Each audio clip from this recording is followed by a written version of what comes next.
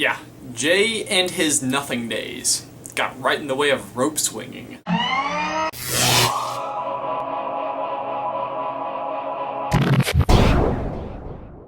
Yeah, I went there! Okay, so the NFL season kicks off tonight, and I'm excited because our teams are actually looking great! The general atmosphere is just in full swing. The Redskins are finally looking at a season that could make history. I've started building cornhole boards. There's now a great local brewery like 2 miles from my house that I can go to before games. But best of all, once again, I get to get sucked into one of my favorite TV shows of all time. Now, I burn through shows left and right, and it kind of gets to the point like when you were a kid and you just became old enough to kind of figure out who the monster was always going to be in Scooby-Doo. I mean, they always have 2 random key characters that get introduced. One of them who you're supposed to suspect is the monster, and then another one who's like really helpful and wants to be there for the gang. It's always that guy. But I digress. But my point is that football season is starting, and I treat it like any other television show. It's got drama and excitement and disappointment, especially when your team's an underdog. Because everyone loves a good underdog story, don't they? I mean, of course they do. Who wouldn't? They're so great. The little guy overcoming adversity, standing up to the big guy against all odds. Except, of course, for the underdog advantage. The underdog advantage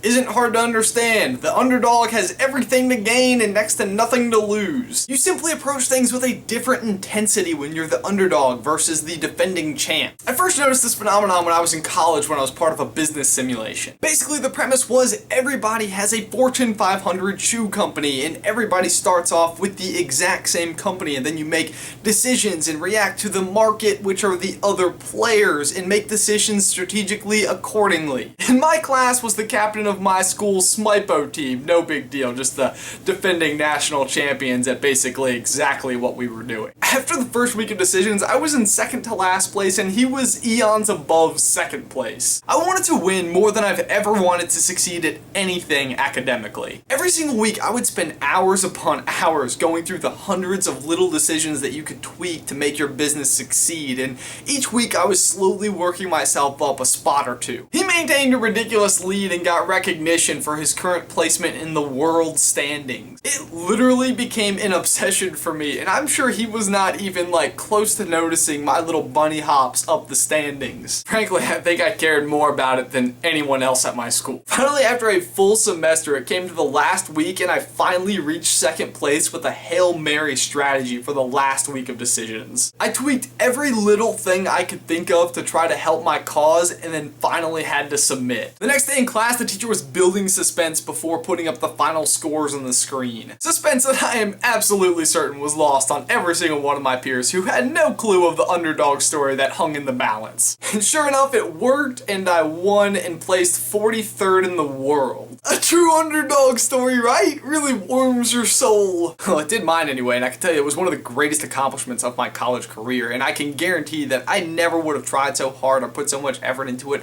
or done so well if it weren't for the fact that that guy was in my class. It was not just winning, but winning against someone who actually had skill in what we were doing. It was just so enticing. I guess the point that I'm trying to make is that I genuinely believe that I would have done worse if I was competing against opponents that were more suited to my own level. It's like what I had at my disposal was the underdog advantage. So maybe mine is a unique perspective and maybe it isn't, but I know for me personally, I would much rather be the underdog than have the pressure of being the defending champ. The true underdog story is great and they make sense. It's not hard to understand why somebody wants to hear a story about someone who overcame just such a great challenge to achieve greatness. But at the same rate, I do feel like there's room for a good, that was a great defending champ story. Going into the perspective of a defending champion and that pressure of being the best and the fact that the person coming at you has all of the motivation in the world and you're almost having to work with like a backwards motivation. So for my question of the day, would you rather be the underdog or the defending champ? And have you ever been in either situation? Leave it in the towel section down below. And Jay,